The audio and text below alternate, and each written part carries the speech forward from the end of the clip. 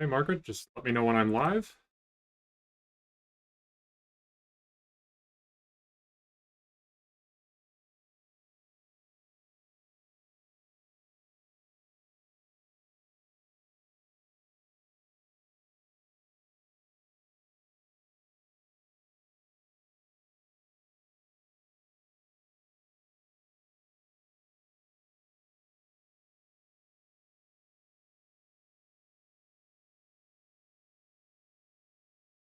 Is the YouTube stream working?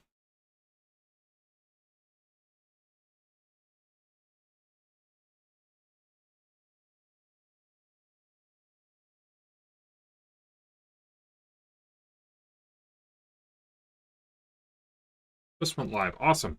Okay. Um, so, hi, everyone. For those of you viewing on YouTube, I'm JJ. Great. So, hi, everyone. For those of you watching on YouTube, I'm JJ. I'm a developer relations engineer with Deephaven, and I'm here today to talk about Deephaven's Python plotting API. And I want to talk about why it's cool and why you might want to consider using it, even with Python's vast wealth of other plotting modules, including popular ones like Matplotlib and Seaborn, because I am an avid user and a big fan of those as well.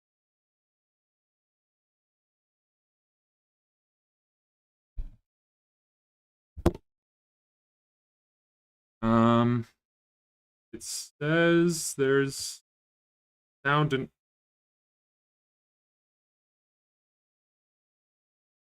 I just heard myself. That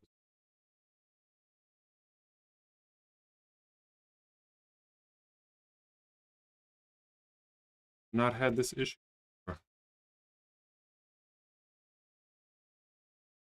Microphone volume up a bit. I don't think that shouldn't do it.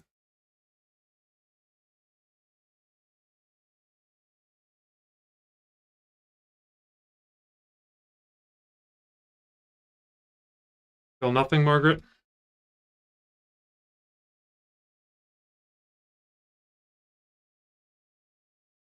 Oh, I was muted in Meet, but I don't know.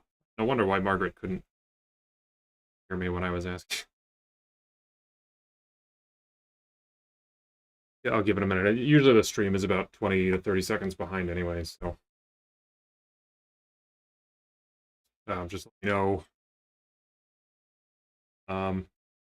And if the sound doesn't work, I will likely end up stopping the stream and then just recording this on OBS, and then I will put the video up. I have not had this issue before.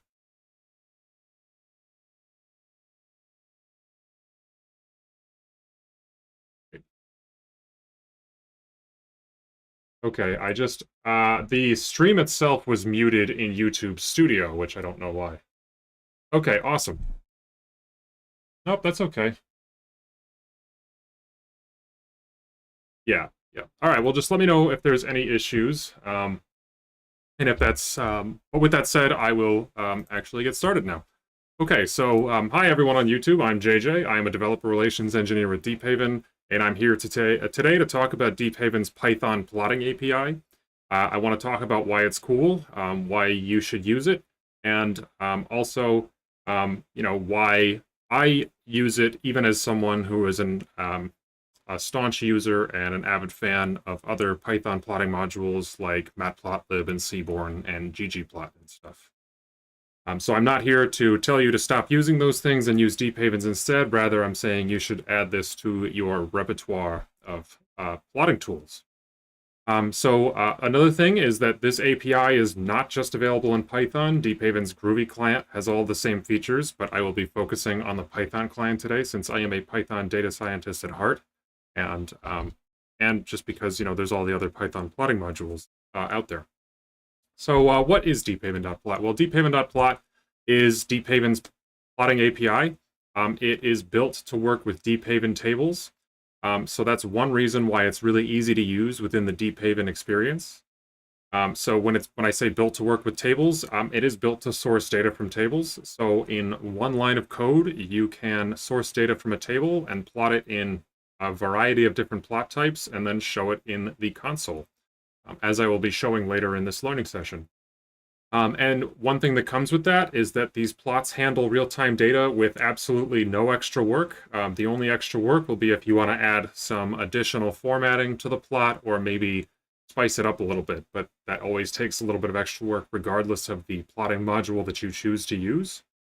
And then the third reason, which is one that's not to be overlooked, is smart downsampling. So when you're plotting huge amounts of data at a time, this is actually something that I've experienced myself with something like Matplotlib when I was trying to do a three-dimensional plot of hundreds of thousands of data points. It was extremely slow to bring up the plot. Not only that, but it was very slow to kind of rotate around and view the plot from different angles and stuff. So in short, why use Deephaven's plotting API? I have 3 points on the right-hand side here, but if there's anything that I want you to just take away from this learning session, it's that, number one, it's easy to use. Okay, there are other things that are easy to use, like Matplotlib and Seaborn, but Deephaven in particular, if you're working with Deephaven tables, it's really easy to make plots really quickly. You may have more customization options with other modules, but this is a really great way to show off for dashboards or get, if you're working with some new data to get a look, to see what it looks like really quickly, to see, what kind of, if you're performing aggregations or roll-ups or you're doing some sort of advanced calculations on your data, Deephaven's plotting module can handle that kind of thing. And the second one is that you got real-time data, it's no extra work, and that is actually something that separates it from the pack. I had previously given a learning session on plotting with Matplotlib and Seaborn in Deephaven, and I showed some examples of plotting real-time data, and even though it's not that hard to do that at Deephaven, it is easier to use Deephaven's plotting API to do just that. So, there are 3 steps when it comes to plotting with Deephaven.plot. The first is the import statement. For basic plots, you only need the import in bullet point 1 here, which is from deephaven.plot.figure, import figure. If you want to do extra customization, there are some extra imports that you can use. They are all well documented in our documentation infrastructure, for which I will make sure there are a couple links in the video description below that will be put there after this video. The second thing you want to do is decide what kind of plot do you need. Are you working with financial data? Do you need an OLC plot? Do you want a histogram? Do you want a pie chart? Just take some time to think about the best way to display your data in a way that will be immediately obvious to the people who you want to show it off to. And then the third step is to create the plot in 1 line of code. You can split it into multiple lines if you'd like, but for this demonstration, I will be showing almost entirely creating plots in a single line of code. Before I get started, I just want to go over the different types of Deephaven plots that I'll be making today. I will be making XY series plots, which are typical line plots or scatter plots, as I'm sure many of you have seen quite often. The second, actually the next 3 kind of fall into the same category, and those are category plots, histogram plots, and category histogram plots. They all show data in bins with different bars of different heights that correspond to the frequency at which different values occur in your data set. The next one is a pie chart, which can be quite useful, especially in finance for showing, say, for instance, you run kind of trading firm and you're curious to see on which exchanges, the rate of which trades occur on different exchanges. A pie chart's a great way to do that. I already talked about OLC, that's open, high, low, close, which, again, really useful in the financial world. And then the last one, which is the newest addition, is a tree map plot. And I'll show what that is. That's best described just by showing you guys what it is, because it's really cool, and it updates with real-time data, and it's just awesome. As far as customization goes, there are a number of different things you can do to make your plots pop off the screen. You can have multiple plots in a single figure. These can share axes in a number of different ways. Plotting real-time and static data all together is also possible and, quite frankly, very easy to do with Deephaven. You can have multiple subplots in the same figure. You can update the name and labels and the title of your plots, and then you can set your plots to different colors. I won't be showing a ton of this customization today because we have some developers who are working on a revamp to improve the plot customization API for Deephaven.plot. And so so just keep an eye out in the future. When that work is completed, I will show that off. So I just think that it's best shown off once we have, the new API in place, since this one will be replaced at some point here. But with that said, I want to jump into some examples. So just give me a second. I am also presenting in a Google meeting. Allow me to just share a different tab, and I'll get started. Okay. So hopefully in this, in my Deephaven window here, the text is large enough to be easily legible for both the people in the Google Meet and those of you watching on YouTube.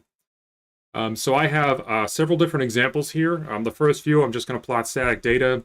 And then since I kind of made a big stink about how easy it is to plot real-time data, I'm going to actually extend a couple of the examples to plot stuff in real time, just to show you that I can basically copy and paste the same exact things and just work. So the first type of plot I want to take a look at is an XY series plot. So in this case, what I'm going to do is I am going to read data from a CSV. So if I run this portion of the code, on the bottom right-hand side of my screen, we'll see a table pop up in the corner. And then what I'll do is I'm going to create two plots from that. The first one is going to plot the distance over time, anytime. So this is a table containing data corresponding to a century bike ride, which is a bike ride that spans at least 100 kilometers. And this is one of my favorite data sets to work with, just as far as showing Deephaven's capabilities, not only for plotting, but for other things as well. As we'll see in a little bit, in order to plot real-time data, I'll actually be replaying the table back in real time based on this time column. So anyway, the first one I want to show is just how to make the absolute most basic plot. In order to do that, I'll be calling the plotxy method. So the first thing I do is I create a figure here. I then call plotxy. I give it a name. In this case, I'm plotting the distance over time. I set the table from which I source my data. In this case, I want the table, but I only want the rows where the biker or the rider is actually moving. And then I tell Deephaven what two columns correspond to my X and my Y. X in most cases, or in any case, can be a series of numbers, or it can also contain timestamps, like we'll see here. So when I plot this, we will see how the position of the biker changes over time. And we'll see, and I need to make this a lot bigger. Up, this up, and we can see here that in the corner, I've got a really simple plot showing how far the bike rider has traveled over the course of the 100-kilometer bike ride. They actually travel just over 100 kilometers, 100.67 meters, so actually almost 101 kilometers. And it took them just over 5 hours to do it. I have never ridden a century bike ride, but I have a feeling that if I did it, it would take me a lot longer. The second thing I want to show is essentially the same as the first one, but I want to show what it's like to plot two different things on the same plot in a very simple way. I'm not going to be using any shared axes for these. So in order to do that, I'm going to do the exact same thing that I did the first time, but in this case, all I'm going to do is call this plotxy method twice. And when I do that, we will see that I have two plots showing up. The blue is the cadence, which is the rate at which the rider is pedaling, or the rate at which the pedals are going in a circle. So we can see that kind of jumps up and down and gets spiky. And then the green is the heart rate. And we can actually see periods where there is no cadence. So essentially the biker stopped. We can see the rider's heart rate steadily drop down, which is what you would expect when someone stops exercise. I want to move to the next script. And again, I'm going to be keeping these examples relatively simple because I like to keep these learning sessions relatively short. I wouldn't expect viewers to remember how to do some sort of incredibly complex analysis on really complex data. So this example, we are going to be creating a category plot. And the category plot shows different values for different sets of categories. In this case, I'll be creating two tables that contain 3 rows each. So if I make them here, I'll move this down slightly. And we'll see that T1 has the categories A, B, and C with values 1, 3, and 5, and T2 has categories A, B, and C with values 2, 4, and 6. And so I'll actually do a little bit of customization to this particular plot. I will be creating a stacked bar plot. So what I'll be doing is I will be plotting 2 category plots, one on top of the other. And so in order to do that, when I construct my figure, I give it the axes, when I construct the axes of the figure, rather, I tell it to use a stacked bar as the plot style. So then the next time when I call plotcat twice here, I give it a series name, just like I did with the XY series. I tell it which table to grab data from. I give it the category name, and then I give it the Y values. So in this case, the category column is the categories column, and Y is the values column. So when I run this code, you will see a single category plot pop up where the categories are stacked one on top of each other. You can click these things on and off. I now had a nice little tip up there. I also want to mention that these plots are interactive. You can zoom, and another nice little tip, double click to zoom back out. I want to go back to the home view. And this is a good way to show some smart downsampling. You can actually see when I double click out and then when I zoom in that there is some smart downsampling happening basically instantly as I change my view. So it makes exploring the data really easy and really nice. So anyway, I want to jump back to my current example. So with that done, let's move on to histogram plots and category histogram plots. So I'm going to be using the bike ride table once again for these. In this case, I want to plot a histogram of heart rates. So a histogram tells you the basically the frequency at which different values occur in your data. And this is very useful in a wide variety of applications. So in this case, let's say I'm the rider, and I'm curious how often or how much time I'm spending at each different heart rate that I have measured in my table. So for a regular histogram, what I'll do is I'll just tell it, once again, the series name, the table to source data from. I'll give it the column that I'm interested in, and I'll tell it to bin a certain number of times. In this case, I'm going to create 20 bins, and so that we'll see 20 different bars pop up on this figure. Oh, it's running. Per usual, disclaimer, I am streaming to both a Google Meet and on OBS. That takes up a lot of my computer's or my CPU's power, so these queries can take a little bit longer than they would otherwise. But anyway, as I said here, I've created a 20-bin histogram where I can see how often or how many measurements or how many rows are in the table that correspond to each unique heart rate, or bin of heart rates rather. So the rider in this case spent the most amount of time in their ride at around 139, 140 beats per minute, which I have a feeling that if I was the rider, this would be skewed a lot more to the right. Not an avid bike rider. So I have been thinking about buying a street bike for a while because I do want to get into it. The second thing I want to show is a category histogram plot, which, unlike a histogram plot, I don't tell it how many bins to make. It will simply create a bin for each unique value in the category that you tell it to. So in this case, when I run it, it will tell me the amount of rows that correspond to every unique heart rate in the table.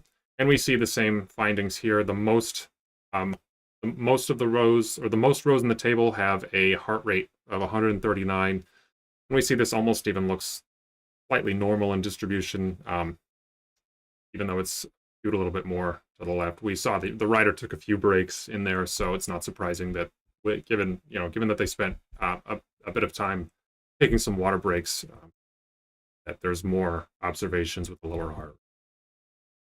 Up next is a pie chart. So in order to show off the pie chart, what I'm going to be doing is I'm going to be reading a table of insurance data, and then I'm going to be summing up insurance charges by region. So in order to show what that means, I will run the first half of this code, and we'll see this insurance table pop up. So this has a whole bunch of information. All of this has been anonymized, but it's got information related to insurance charges for people based on their age, sex, BMI, number of children, and such. So the table operation I apply is I simply view only the region and expenses columns and then sum the expenses by region.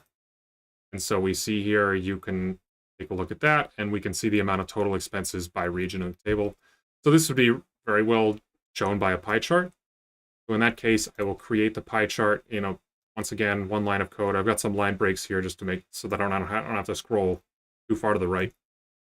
Once again, create the figure, give it a name, tell it what table to source data from, give it a category column, and give it a value column. And so we see here that the Southeast actually has the most insurance charges, followed by the Northeast, and then the Northwest and Southwest are nearly identical. We here on the East apparently need to catch up to the West in terms of physical fitness. Maybe it's those bike riders that are doing it. So next, I want to show OHLC data. So Deephaven was born as a financial analysis tool, and so it makes perfect sense that our plotting module has a built-in OHLC method.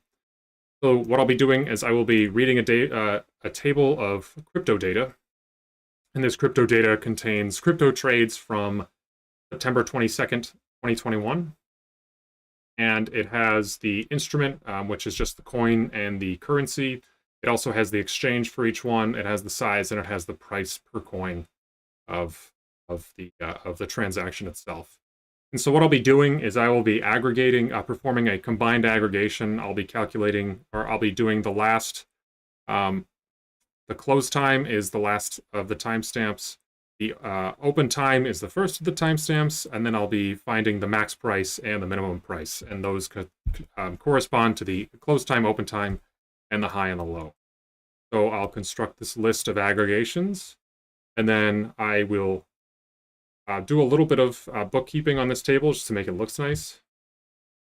And I'll specifically be interested in where in Bitcoin trades in terms of US dollars. And then I will be performing the aggregations. Do that here, and we'll see high, low, close, and open, which are the 4 data points that we're interested in when we're plotting OHLC data: open, high, low, close. And so once again, what I'll do is I will construct the figure. In this case, I actually give it a title. I tell it the series name, the table name, the X data, and then all 4 things that we're interested in, which are the open, high, low, and close values. So when I do this, we run the query, and we see that, hey, look, here is an OHLC plot of the crypto trades from that day. And it also color codes these OHLC data points by whether or not they are going up or down. So in the red, obviously, is not what you want to see if you are investing in Bitcoin, or if you were investing in Bitcoin on this particular day. But this was actually a pretty good day for Bitcoin. Big spike here between 2 and 3 o'clock, but it quickly back down. And then the last thing I want to show off is the tree map. So the tree map is just kind of best described by actually showing what it looks like. So in this case, the source data, there's a parent column and a label column. Those are really important. We also have color columns. And this is a table of market, basically different industries in the market. And so when I take a look at this data in a tree map chart, I pop this out into a bigger, just so it's a little more obvious. So we have here, this parent column just contains root, and it is the root of this tree map table we're looking at. We've got these different color-coded portions here that correspond to different areas of this root node. And so we've got, let's say, for instance, you'll probably recognize some of these. These are S&P 500 companies with their ticker name and the industry in which they belong to. So if we're looking at IP, or in information technology, ORCL, I believe, is Oracle, though I could be wrong. And so one thing that's really cool about this stuff is that it updates in real time. So if these things take up different, if there's a different market cap for each one of these things, you'll see it update. You'll see new ones enter. Even a small one down here that just has a few. All right, so I made a big stink about how easy it is to plot real-time data, but I haven't shown it yet. So what's going on with that? I want to show it now.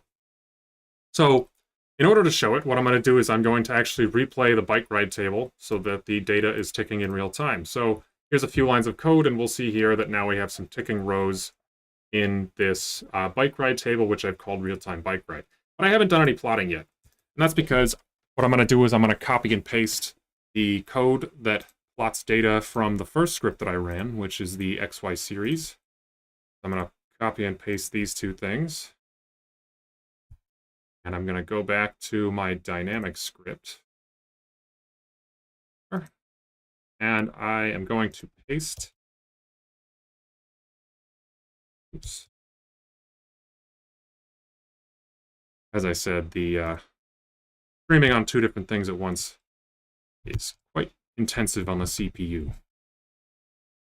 Okay, so now that I've copy and pasted, the only issue that I'm going to have here is that I'm sourcing data from static table. So the bike ride table is still static. In my case, the real-time table is RT_bike ride. So what I'm going to do is I'm simply going to change table name for these two plots.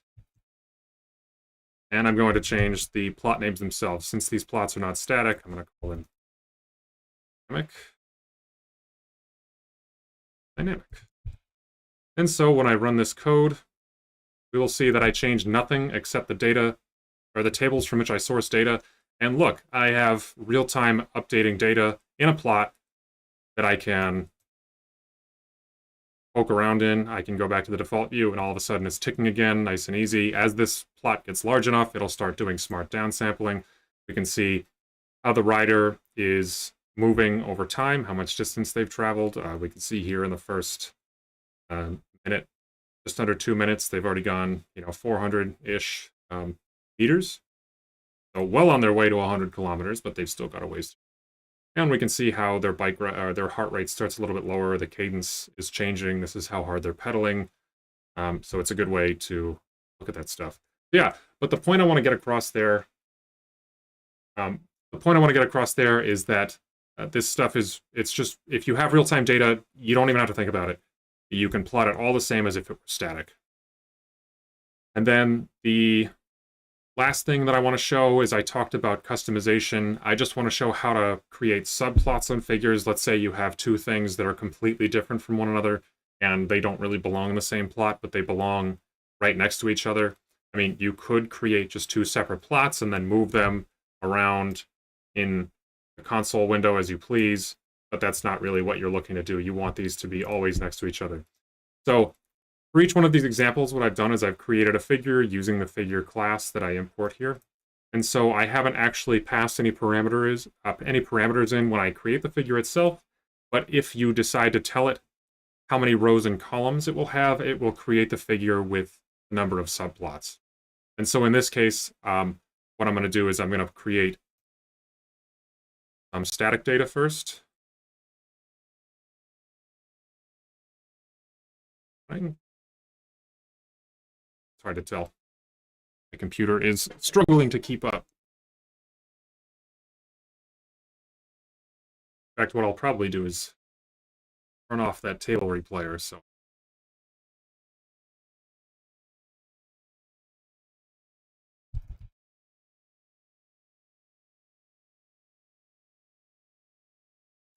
bear with me here. I'm almost done, and then I'll open it up for questions. I'll shut down the replayer, and that way this table will stop ticking. Also, it may improve the stream quality on YouTube if you've noticed it go down. There we go. Okay, so I've got some static source data it's got a sine wave and a cosine wave. So if I run this next bit, we will see that this figure now has two plots on it instead of one. I told it to have 2 rows and 1 column, so the plots are one on top of the other. If you want them to be side by side, tell it 1 row and 2 columns instead. And then just to show that this works with real-time data all the same, I'll run the code to create ticking data instead of static data in the source table. And when I run the same exact thing, you will see that I have now ticking data instead. So if there's anything that I want you to take away from this, it's that Deephaven.plot is easy to use. It's a really, really great tool for plotting data in real time in particular, which Deephaven makes plotting easy with that stuff. And I'm muted. My mic isn't working.